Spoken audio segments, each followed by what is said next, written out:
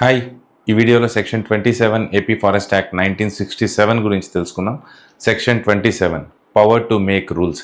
ఈ సెక్షన్ ఏం చెప్తుందంటే ప్రొటెక్టెడ్ ఫారెస్ట్ని ఎలా యూజ్ చేసుకోవాలి అని రూల్స్ ఫ్రేమ్ చేసే అధికారం గవర్నమెంట్కి ఉంటుంది. వన్స్ ఏదైనా ఏరియాని గవర్నమెంట్ ప్రొటెక్టెడ్ ఫారెస్ట్ అని డిక్లేర్ చేసిన తర్వాత ఆ ఏరియాని అంటే ఆ ప్రొటెక్టెడ్ ఫారెస్ట్ని ప్రొటెక్ట్ చేయడానికి అండ్ మేనేజ్ చేయడానికి గవర్నమెంట్ సర్టెన్ రూల్స్ని ఇంప్లిమెంట్ చేస్తుంది. గవర్నమెంట్ ఈ ప్రొటెక్టెడ్ ఫారెస్ట్కి సంబంధించి రూల్స్ ఫ్రేమ్ చేసేటప్పుడు ఆల్రెడీ అక్కడ ఎవరికన్నా రైట్ ఉంటే ఆ రైట్ అలానే కంటిన్యూ చేయాల్సి ఉంటుంది. ఒకవేళ గవర్నమెంట్ రిమూవ్ చేయాలంటే దాన్ని లీగల్గా రిమూవ్ చేయాలి. లీగల్గా రిమూవ్ చేయడం అంటే వాళ్ళ కంపెన్సేషన్ ఇవ్వడం కానీ ఆల్టర్నేట్ ప్రొవైడ్ చేయడం కానీ ఓన్లీ ఆ స్టెప్స్ తీసుకున్న తర్వాత మాత్రమే గవర్నమెంట్ ఆ రైట్ రిమూవ్ చేయగలదు. అదర్వైజ్ ఆ రైట్ అలానే కంటిన్యూ అవుతుంది.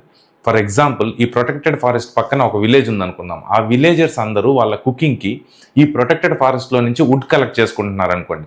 ఆ వుడ్ కలెక్ట్ చేసుకునే రైట్ అలానే కంటిన్యూ అవుతుంది. ఒకవేళ వాళ్ళకి ఆ రైట్ తీసేయాలి అంటే లీగల్గా రిమూవ్ చేయాల్సిందే తప్ప రూల్స్ ఫ్రేమ్ చేయడం వల్ల ఆ రైట్ ఆటోమేటిక్గా రిమూవ్ అవ్వదు. ఈ రూల్స్ బ్రేక్ చేస్తే ఎలాంటి పనిష్మెంట్స్ ఉంటాయి? ఒకవేళ నేరం కానీ గంధపు చెట్లు, ఎర్రచందనం, స్కెడ్యూల్ ట్రీస్ వీటికి సంబంధించిందైతే ఫస్ట్ టైం అఫెండర్స్కి మినిమం 5 years మ్యాక్సిమం 10 years వరకు జైలు శిక్ష అండ్ 3 lakhs నుంచి 10 lakhs వరకు ఫైన్ పడుతుంది. సెకండ్ టైం నుంచి మినిమం 7 years జైలు శిక్ష అండ్ మినిమం 5 lakhs ఫైన్ పడుతుంది. ఈ 3 రకాల చట్లకు సంబంధించి కాకుండా మిగతా అన్ని రకాల అఫెన్సెస్కి ఫస్ట్ టైం అఫెన్స్ అయితే 5,000 నుంచి 30,000 వరకు ఫైన్ అండ్ 3 months నుంచి 3 years వరకు జైలు శిక్ష పడుతుంది.